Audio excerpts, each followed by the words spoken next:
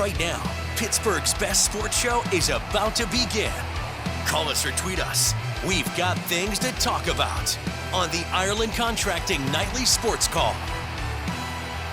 All right, thanks a lot, Josh, and thank you for tuning into the Ireland Contracting Nightly Sports Call. I'm Rich Walsh. I'll be joined by Paul Alexander momentarily. There he is at the 93.7 The Fan cam, and this is Paul's first time back in a long time. You've done this show before, so I'm not going to say it's your debut. You used to be the host here back in, what, 05 and 06?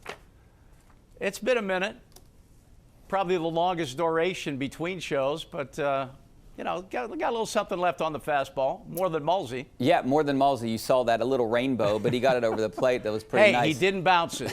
I know. That was the big one. Hey, that's what so many people do. I know. It's nerve-wracking. I get it. I've been practicing, though. I have a 10-year-old that's a pretty good softball player, so we catch every day. So I'm ready for my call for the first pitch. Speaking of the Pirates, how about those Bucks? Another win. They improved to 12-8, a big win against Tampa, who was one of the hottest teams coming in here on a 5-game winning streak. And you know what?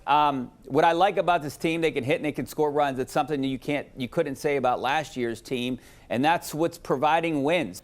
He had a bit of a moment there tonight, but you know what? With that athletic ability and his desire, people think that he's not really that intense about getting better. He really, I think that World Baseball Championship that they played before the season, he really wants to be a great player. And I think with that athletic ability, he's going to end up being a pretty good center fielder as well. Yeah, I think so too, because he's so athletic, and also you got to like his bat. I mean, he's batting .313, one of the best hitters on the team right now, and that's because they got hitters around him. They got to do something with Brandon Lau, I think. I think he's their best. He's the guy that I want at the plate in a clutch moment. 2 doubles again here today, 3 for 5. He's batting .280-something, but still, this is the guy he signed for 1 year. They have to figure out a way to keep him around in Pittsburgh. Well, the key is he has to want to stay. If he has a big year here, there's going to be money that's going to come at him. But I think what Don Kelly has the ability to do, and it was Don Kelly that, Brandon Lau said he had a 45-minute conversation with Donnie Kelly before he signed. And he said he just got him so pumped up to be a part of what's going to be, a complete turnaround. You think about 13, 14, and 15.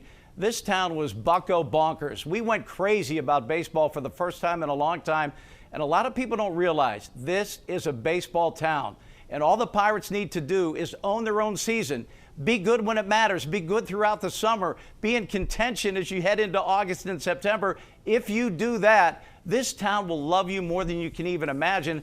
And once Brandon Lau and a guy like A.J. Burnett talked about that, being back tonight, also thrown out a first pitch tonight, he talked about what an amazing environment. It said it completely reinvigorated his love for baseball being in Pittsburgh. Like, think about that for a second. A.J. Burnett, who had been in New York, said that coming back to Pittsburgh and seeing the fans and their support reinvigorated his entire career. That could certainly happen for Brandon Lau as well. Yeah, and you see 12-8 winning record. Fans are coming out. Basically, all 3 of these games are sold out this weekend. There's some excitement, some optimism, and I want to say it's real optimism, unlike last year and maybe fabricated optimism in 23. It's real, and you can feel it, and it's because they got hitters. They had a historically bad offense last year, and I don't care what kind of pitching you have, you can't overcome that. Now they have a decent offense. They're hitting. They're scoring runs. They scored 5 here today. I think that can get you a long way. If they would have had a decent offense last year, a middle-of-the-pack average offense, they might have contended for a wild card. I have a really good feeling about this team this year to make a postseason run, get in the postseason. I don't know about after that, but I think going back to your original point, it is a baseball town. We grew up in the 90s and saw those teams. You saw what happened in 13, 14, and 15, and I think this is the start of something. Hopefully we don't have a lockout next year and they can expand on this, but I have a good feeling, and you're right. You see it out there with the crowd showing up. Yeah, there's no question. And offense, it's important, but like we saw at the end of that Nationals series, you can also throw away games with really bad defense, and they managed to do that. They scored 7 runs and lost against the Nationals. They should have swept that series. Yeah. And I think Donnie Kelly's going to get through to those guys because those were self-inflicted wounds. It's one thing if you get beat. Any sport, when someone outplays you and they beat you, that's fine. When you beat yourself, that's not okay. and that's what they did in 2 of those games against the Nationals. Yeah, their bullpen, too, hasn't been great at times, but that's something they can fix as long as they can hit. All right, we got a lot to talk about, including our Penn West University question of the night. Just scan that QR code, right-hand corner of your screen. Who will win tomorrow night, the Penguins or Flyers? We want to hear from you guys right now. A lot of people think the Penguins. I want to get Paul's answer as soon as we take a break. Back in a couple minutes.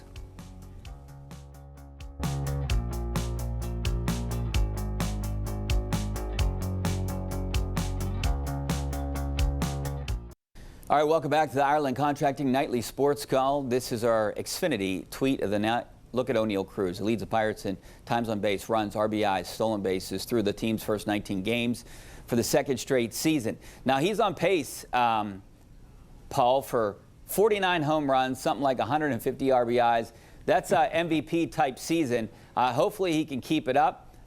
He's been batting well, and there's bats around him, and that's what I like, and I think he potentially can. I haven't seen anything that's going to slow him up, because right now he's hitting left-handers too, like you said. Yeah, I mean, baseball's adjusting. They're going to find out. They study all the videotape. What pitches can he handle? What pitches get him out? That's all he's going to see for a while. What he's going to have to do, lay off those pitches, get into some hitters' counts, make things happen. I think as long as he wants to be great, and that's what I'm seeing right now, I think his desire is to be great. I think he's going to have a fantastic year, and he has a huge, huge payday coming up if he is. All right, speaking of fantastic, the Penguins have been fantastic this year. Not a lot of people, including myself, expected them to be in the postseason. Well, they're back in it against the Flyers tomorrow, Game 1. What do you think? 89% of our viewers right now think the Penguins are going to win tomorrow. I think they're going to win the series, but it's going to be harder than most people think. I'm thinking 7 games. The Penguins win a tight series. I like the fact the Penguins have the home ice. I really do. But 2 things scare me. Their goaltending, it's elite. They play very, very well between the pipes. They have a goaltender that's super hot right now. And they have a guy that I think is one of the toughest guys we've ever seen as a Penguin. Rick Tocchet got his jaw broken. As soon as he got back into the lineup, the first thing he did was got into a fight with a broken jaw. So he also knows how to get under Evgeny Malkin's skin, what to do against Sidney Crosby, although I don't think he's someone you can actually, stop in any way. But Rick Tocchet scares me because he has been on the inner workings of the Penguins. But I think this is a young team in Philadelphia that's not playoff savvy. I really do think that the Penguins are actually in the process of contending and rebuilding at the same time. That's technically an impossibility. You have to give Dubas all the credit in the world for making that happen. Yeah. I do believe that the Penguins' playoff experience will end up getting them in a 7-game series, and they're going to come out of it with a win. Flyers are hot down the stretch, winning 18 of their final 25 games. Let's hit the phone lines. We got Harry out in Westview. How you doing, Harry? Oh, I'm doing great. Paul, great to see you back on the air here again.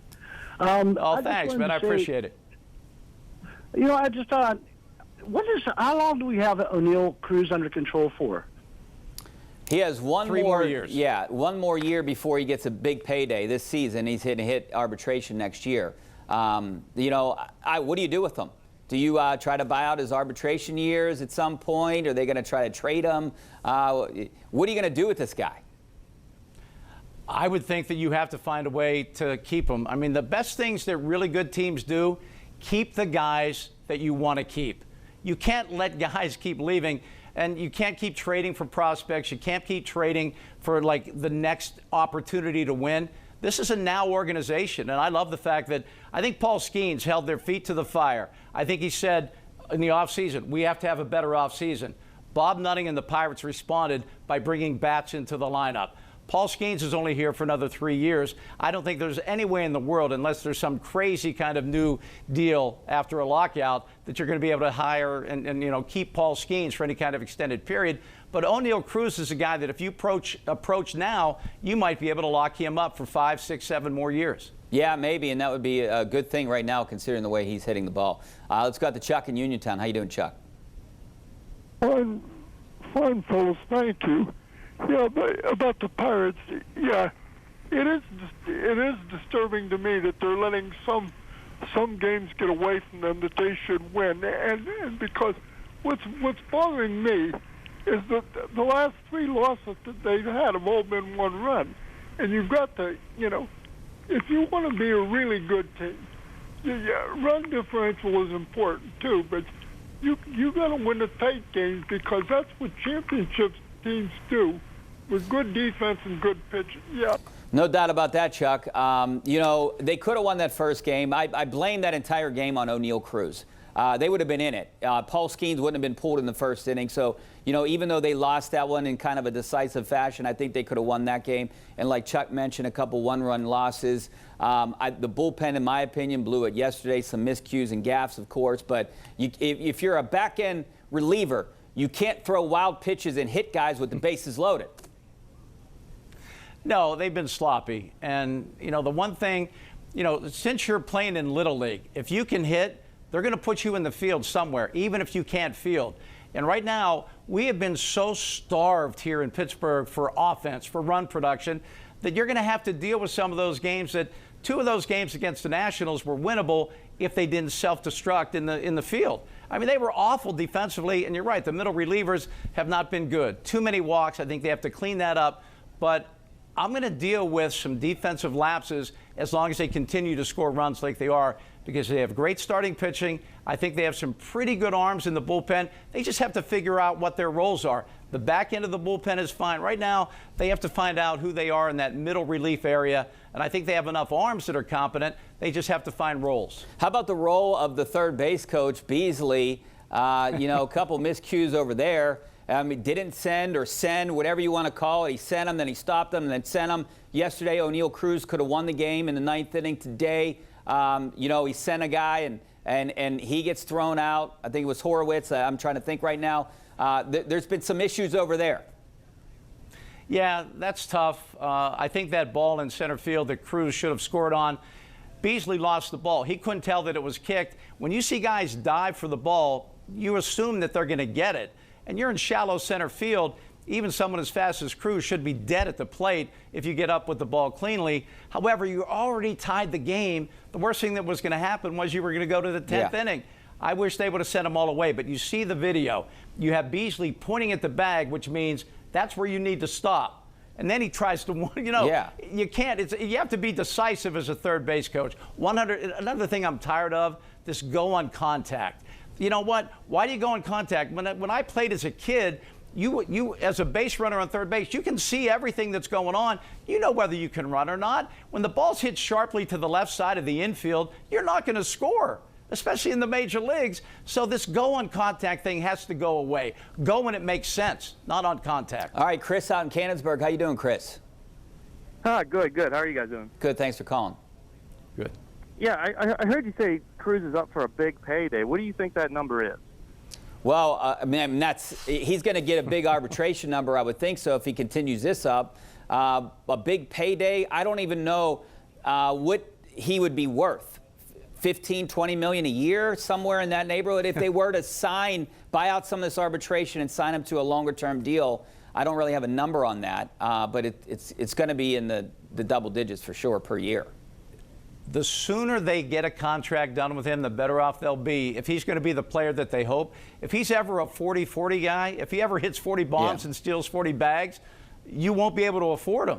So you need to buy out that arbitration now in at least 1 or 2 years of that free agency. And I think now might be the time. He looks to me like he's going to hit all year. Let's go out to G-Man in Bethel Park. How you doing, G-Man? Hey, good evening, guys. I wanted to switch it to football a little bit. Good. We know the Steelers are going to, at 21, that maybe they get a Penn State guard or one of the receivers that fall to them. But what do you think about them taking their second and one of their lower third-round picks and trading back into the first round to get Ty Simpson?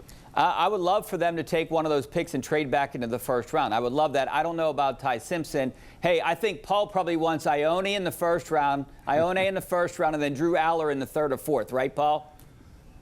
If Drew Aller's available in the fourth round, I think that's an automatic because you can't teach what he has. He has a big arm. He has a big body. I think he was really poorly coached at Penn State. I think he has a lot of potential.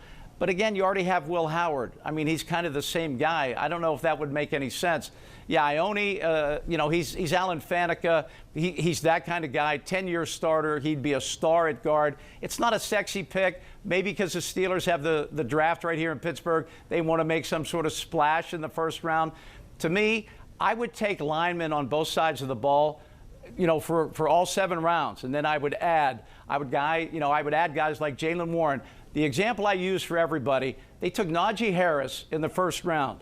Jaylen Warren was an undrafted free agent. Within 2 years of them playing together, you knew Warren was the better back. Yeah. So I think what you need to do, and I really believe that they understand that the trenches are where it's at. Ione would be a no-brainer if he's there at 21. They got to do something with those 3 third-round picks. They can't keep 12 draft picks, so they're going to trade one of those to move up, and hopefully that maybe they can get that receiver in the second round. I think they need a receiver too, maybe that KC Concepcion from Texas A&M, something like that. But we got to take a break, Paul. Back in a couple minutes.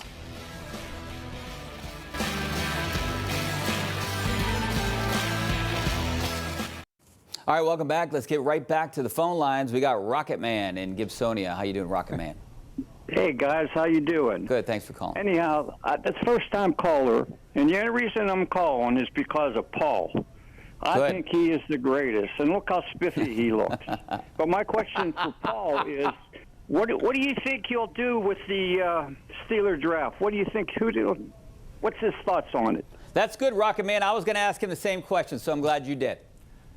I like the guard from Penn State in the first round, if available. If not, you know, 1 or 2 wide receivers have to happen.